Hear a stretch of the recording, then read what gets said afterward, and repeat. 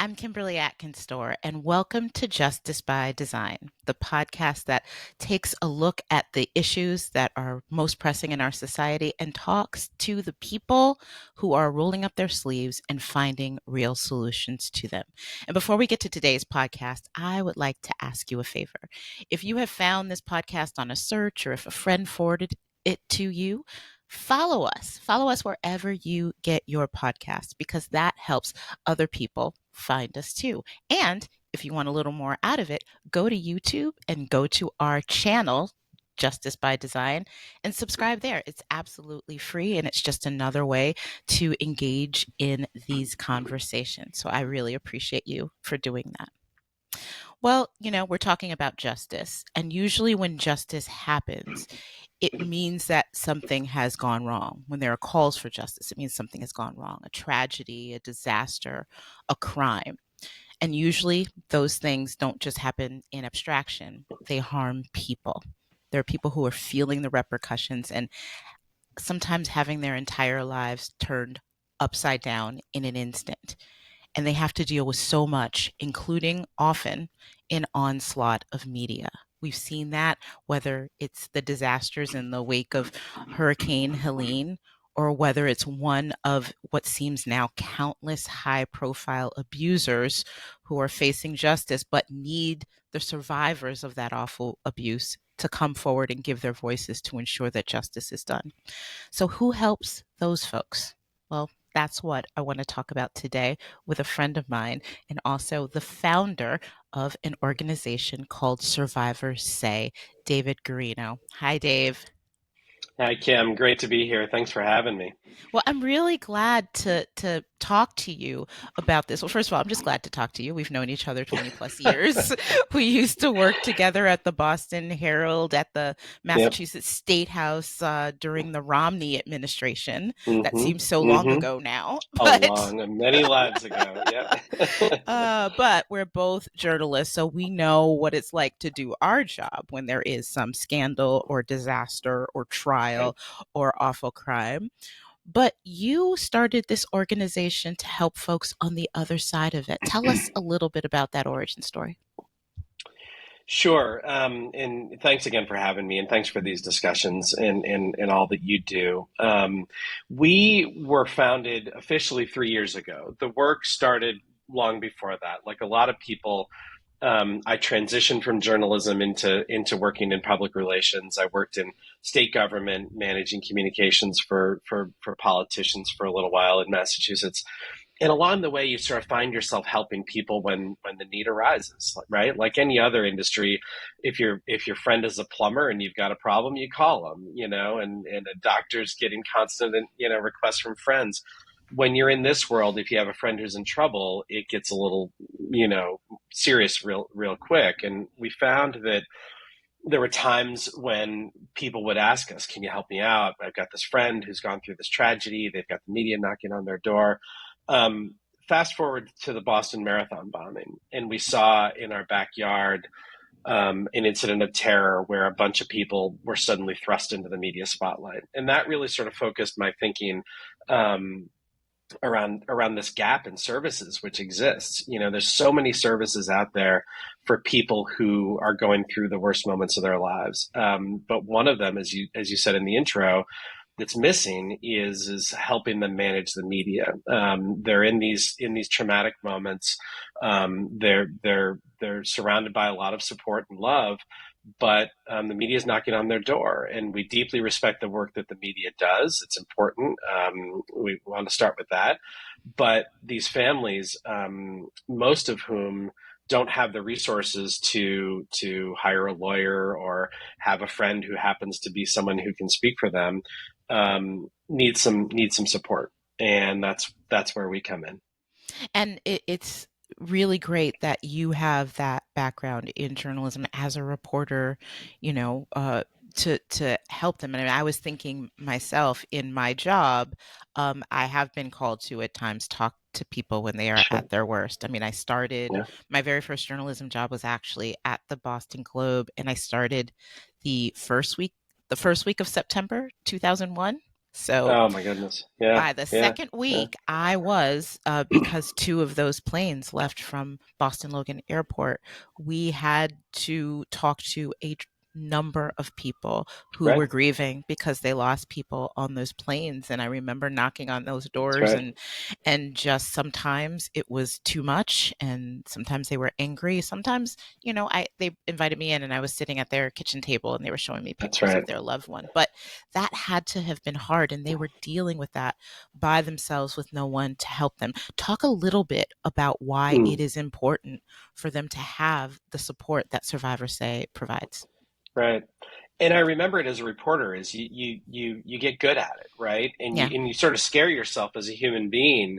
You knock on that door, you have to knock on the door or make the yeah, call or whatever, because you can't go back to the newsroom without it. right. But you have this sort of rap that you get down, and you get good at it, and you kind of sometimes I remember hoping that the families would toss me off the porch and say, "No, we don't want to talk to you." But sometimes they'd Yeah. let me in, Hmm. and we'd have a really rich conversation. And long term, one of our goals is to sort of change that paradigm a little bit to say the stories that are written are going to be written anyway. But so often, because the families don't want to or can't, sort of articulate their feelings, they tend to just be about the tragedy that happened. And what we've tried to start to do is make them also about the broader life of this person if they were killed, for instance.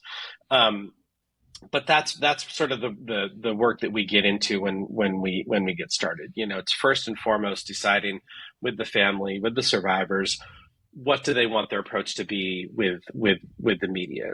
Some of them are eager to get out and tell their story, and we want to support them in doing that. They want the stories that are told about their loved one, if there's a tragedy, to include more material about their life and include who they are and the legacy they leave. Some of them honestly just want privacy, and they want the media, Yeah. kind of kept away, and we don't, we take that responsibility seriously, and the reporters we've worked with understand, and they say, okay, we respect that. And what they want, and from your reporting, is they want to know that you're speaking from the family's perspective, that you're saying, we respectfully have no comment, but we'll let you know when we do. And then Hmm. they kind of, go about their day and do their work anyway. But they have one of the things we found from the journalism side is that reporters really appreciate it, because they can be frankly more transactional with somebody like me, right? They know that I know the media and I know the work that you're doing and I respect it, but they can also say, hey, can we get a photo of this person, or can we get this or Yeah. that, the things that you always need. And you don't want to ask a family member that. So asking me feels a little bit more comfortable, and I think that was a surprise to me, as I thought some reporters would be a little standoffish and say, oh, you're a PR person in the middle of this. And in these cases, I'm not working for a politician. I'm not working for a business leader or somebody like I do in my other day job. I'm working for a family that has really been through a lot. And so reporters meet us with a lot of understanding, which is really nice. Yeah, one thing that I thought was great in looking at the work that Survivors Say does is what you call changing the narrative Hmm. around survivors of some sort of crisis. Because often you do see, particularly in one of these awful high profile crimes where Yeah. it's, we've, Diddy or Harvey Weinstein or Yep. something like that, Right. Bill Cosby. Initially, there is this sort of pushback, like, oh, there's just, they're just trying to take this guy down, and these people just want money. And Hmm. suddenly, people who have survived something horrific are now seen as a villain in some way, Right. even. But they're Right. also necessary, a necessary part of the process to bring this powerful person to justice. So Hmm. how do you change that narrative in that case when, in the glare of the media, and again, particularly against people who do have a lot of resources and power?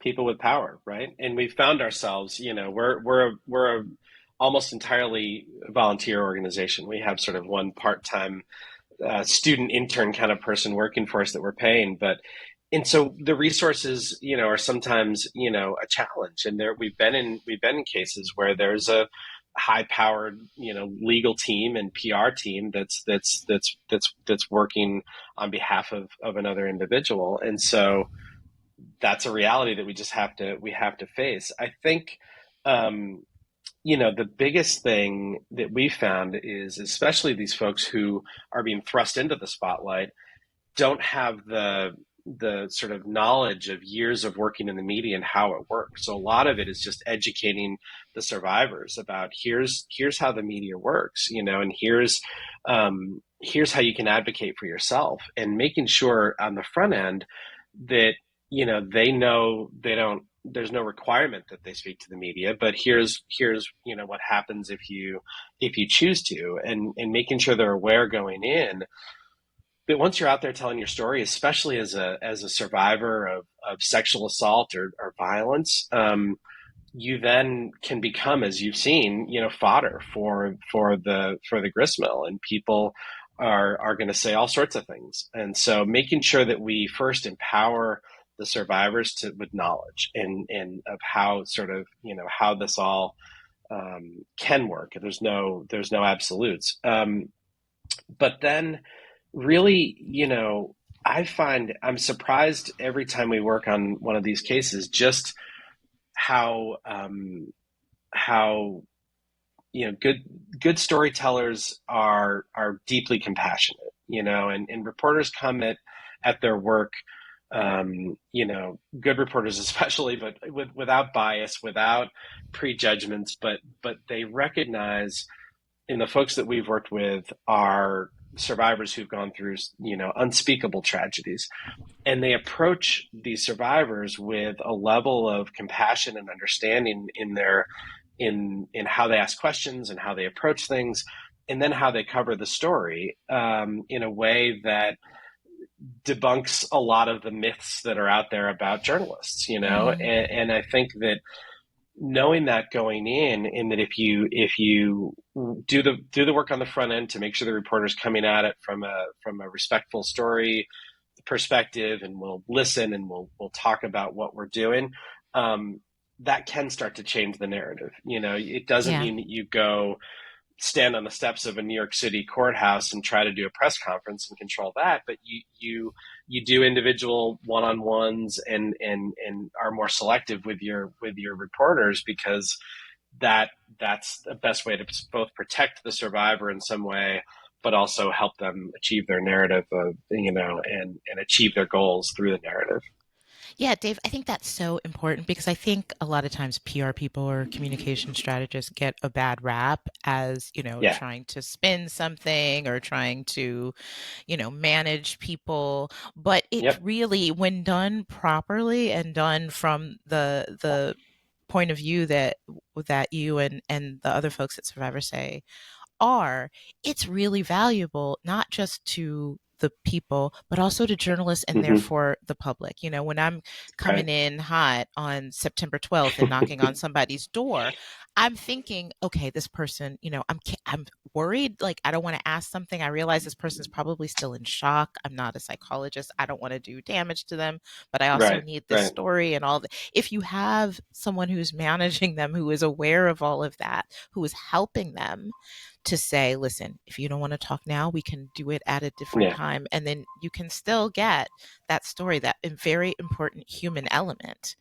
to which is Yep. important to tell any story, but do it in a way that doesn't cause harm, that doesn't, further traumatize them. Hmm. But that is still doing justice in that way. And I just think that Right. that is really extraordinary. Can you talk about some success stories that you've seen, Mm. what having an advocate like that in the media space, how that's made a Hmm. difference for a survivor? Sure.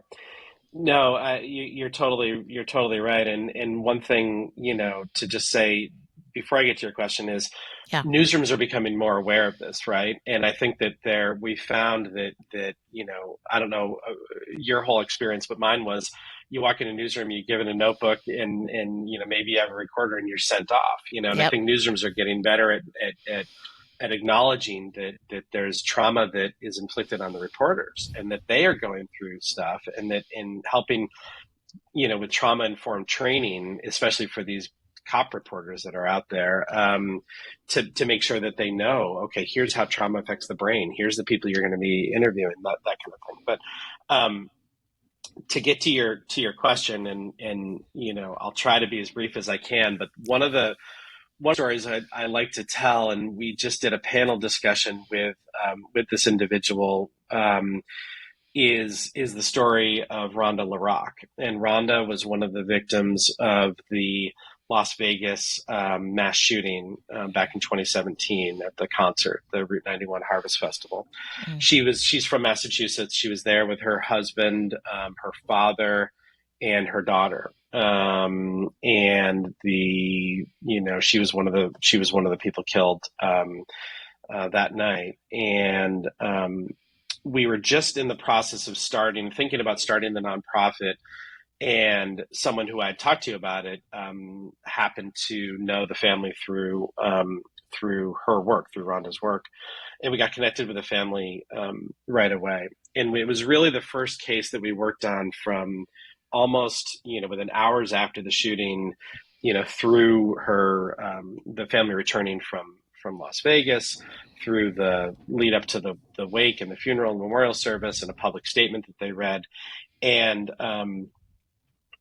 it was a lot, right? And the Yeah. first thing that we did was you really try to establish a trust with the family, right? There's a lot of people coming out of the woodwork to say, I want to help you, and here's who I am. So one of the things that is really important to us is being referred in through a trusted referral source. We don't go and knock on anybody's door in the middle of a trauma. We're not doing that. And so in this case, it was someone in government who said, hey, you need some help with the media, Dave can help. And Mm. so that was good. And we established that trust. And then as the family was coming back, we issued a statement on their behalf. And so we had already been able to figure out all the reporters that were covering this. And the statement didn't really, frankly, say much, but it went from a moment of the reporters all on the street outside their house and calling them and trying to find them through social media to coming right to me. And it immediately took that pressure off, and we had to manage the media calls, and we're happy to do it. But it took that pressure off of like reporters on your door. It's like, okay, now it's a manageable situation. And then the day of the wake and the funeral, the family decided that they wanted to issue a statement, and we talked to them about the benefits of that, and kind of doing a press conference kind of statement without questions, though. And we set it up at the Tewksbury Police Department. They're from Tewksbury, Massachusetts, and told the reporters that this person's going to come in, he's going to issue a statement, he's not going to take any questions. And the reporters were like, great, as long as we're not missing anything, we're good. Go through that. The reporters were all pleased. They got what they wanted. The family was pleased. And I remember the Tewksbury police chief looked at me and said, well, that went really well. I've been doing this for 30 years. These things don't always go so well. And I said, Yeah. well, that's because the reporters knew what they were going to get. There was no confusion. It was controlled in a way that was calm, and everyone sort of was doing what they did, and off they went. So that, I think, is a good example of where you can bring a sense of calm and rationalness to a totally chaotic situation. And the family was pleased with it. They were able to say what they wanted to say, but also maintain their privacy to some extent as they were mourning, and protect their daughter, which was their primary goal. So Yeah. those are sort of the big moments where I think we can be most useful when there's a high profile tragedy. And we're often asked, how do you define high profile? Well, it's up to the media, really. It's not, as there can be a shooting in the streets in Boston that doesn't even make the news anymore sometimes, Right. right? It's not necessarily high profile, but something like this obviously is. And it can last for 20 minutes, or it can last for, weeks and weeks up to a trial. So, Yeah. Or so even we sort of go where longer. the I need mean, is. Yeah, we're still writing about, I mean, I think just last year, I'm still writing something yep, about the Boston Marathon, of course. based on court appeals and things like that. Yeah, And every single time, one thing I think about when I do reach out to someone involved, it's like, the family has to go through this again and Right. again and again every time this comes up. And Every so, anniversary, yeah, yep, yep, yep. They yeah, get those calls, and sometimes they want to participate and sometimes they don't. I do.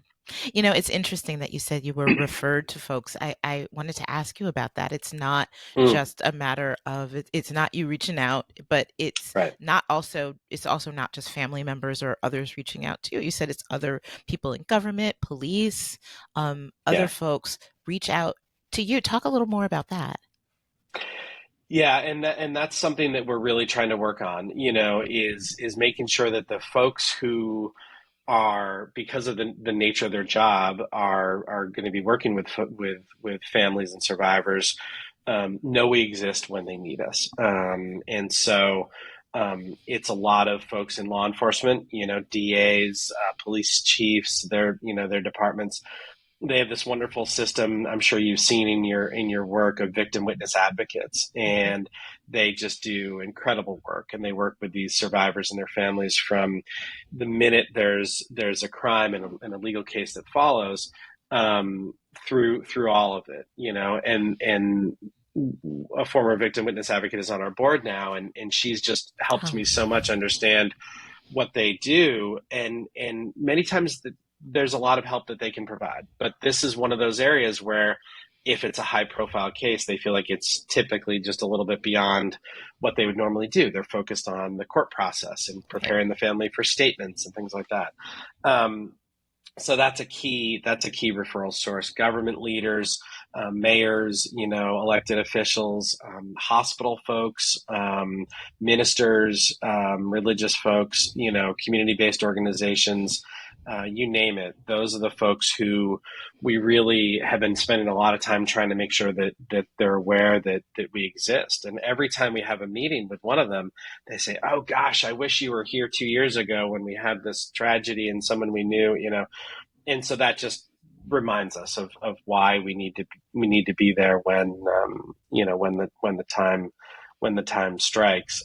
In the other side of it is people who want to step out of the shadows a little bit and tell their stories. You mentioned a lot of this, sort of sexual assault survivors who've stepped forward, human trafficking survivors, others who Yeah. because the media protects their identity, are not sort of subjected to the same level of inquiry while these cases are going on, which is wonderful. But sometimes they want to tell their story, right? They Hmm. want to step out, and so we work with them quite a bit to, okay, be prepared for this. Here's how to think about maybe coming forward. Also, folks who, because the media can be fickle, the media isn't covering their story, and they want more attention to it.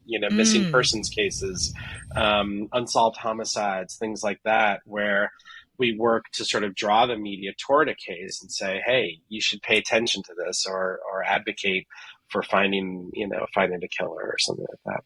That's so important because we see that a lot. We see cases, Mm, or as a reporter, I'm sure this happened with you too. You get notes in your email about something, and right, I can pass it on to the news desk.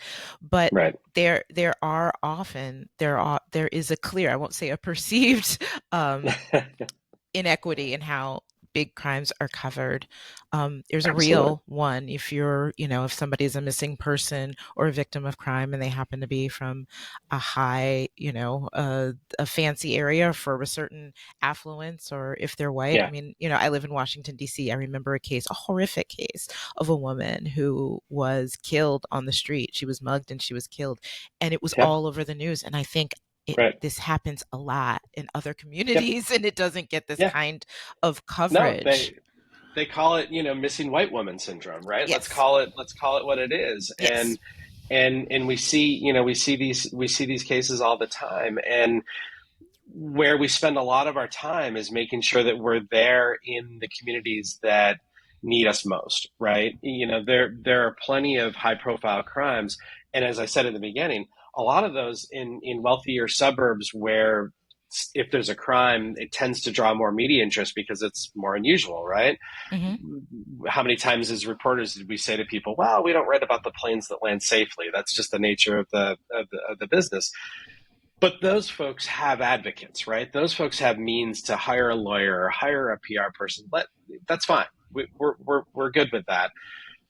In the communities that are disproportionately impacted by violence, they're also disproportionately unable to have access to a lot of these services, right? So we work to spend a lot of time making sure that's where we are. So we're in Massachusetts, in Roxbury, in Mattapan, in Hmm. Springfield, where we were involved, where there's a police involved shooting. We were with the family, things like that, where there's just fewer services that are available and fewer access to services when they need them. So, Dave, what advice would you give somebody finds themselves suddenly in the middle of a crisis and Mm, their lives are upended and they have all of these new things to navigate, including the press? What yeah. should they do?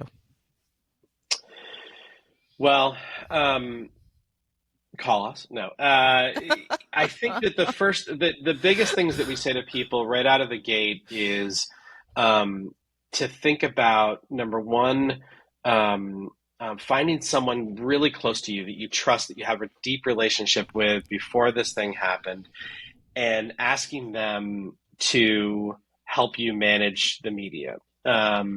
We work very closely with the folks, parents of someone who's been killed or Hmm. loved ones.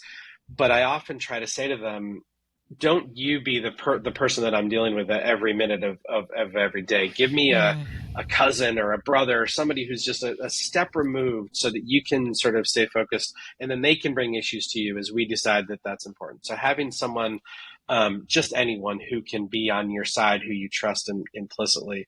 The other thing that I say is pretty quickly try to figure out what you want to do with your social media accounts. The Mm. media is very good, in my experience, at asking permission to use photos that are on somebody's individual Facebook page Yeah, or things like that. But you never know, right? And there's a lot right. of websites out there. Everybody's a reporter now, right? We've all seen it. Yeah, So what the Globe might do, or the Washington Post or TV might do, is very different than what a random online Facebook community or blogger might do. So I think thinking about right. either shutting that down or being okay with the photos that are publicly available. And related to that, one of the biggest things we've seen is be careful if you don't want stuff out there with what you're putting on something like GoFundMe. There was a family we worked with in Mm. Chelsea, which is just adjacent to Boston, and there was a baby who died in a really tragic way, and the mother was charged. And we were working with the father, and he didn't want a lot of coverage. He didn't want photos of his baby out there. Yeah, And then suddenly they launched a GoFundMe page, and through no fault of their own, the media sees that as public domain. And yeah. so the Wow. next day, that baby's photo was on the front of the Globe Metro page, and it's like, not the Globe's fault. That's Right. fair use. But so thinking about things like that Mm. right out of the gate are probably the most important. Well, this is such important work, and it's something that people don't Thank think you. about. A lot of people don't have to think about until they have to think about it. Right. But it's really important to have organizations like this giving them that assistance and helping them navigate the media and the crisis more broadly. Dave Guarino, thank you so much for joining me on Justice by Design. Thank you, Kim. Thanks for having me. You know, I think about being a reporter for so many years, and it's a job where you can get really, jaded and cynical very easily. But even after I left the Herald, I came across Dave again in a professional capacity because he was helping out, just volunteering to help out folks who were dealing with unspeakable tragedies, just help them navigate the press. And I was really grateful for that work. And we don't always think about that. We don't always think of what a family is going through when we see their faces on a screen or we see that quote from them in a newspaper. But it's a lot. But giving them space to be able to use their voices and speak their truth to the public is often a crucial aspect of getting to justice. That's how we know how things affect ordinary Americans when you have someone who is explaining how they got through one of the worst and most traumatic experiences of their life so that uh, they can urge change to protect others from something similar. That's how we hold powerful people accountable in cases where, unless a survivor comes forward and gives their testimony, not just in court, but often in public, that justice can't be found. So we really need those voices to be told, as Dave said, when such survivors want to tell them. But it's good to have support for them too. The bad guys tend to have a lot of support, but we need to make sure that we're protecting the good guys. Thank you for joining me for another episode of Justice by Design. Don't forget to follow us wherever you get your podcasts if you are not doing that already. And you can catch me on YouTube at the Justice by Design channel too. Talk to you next week. Bye bye.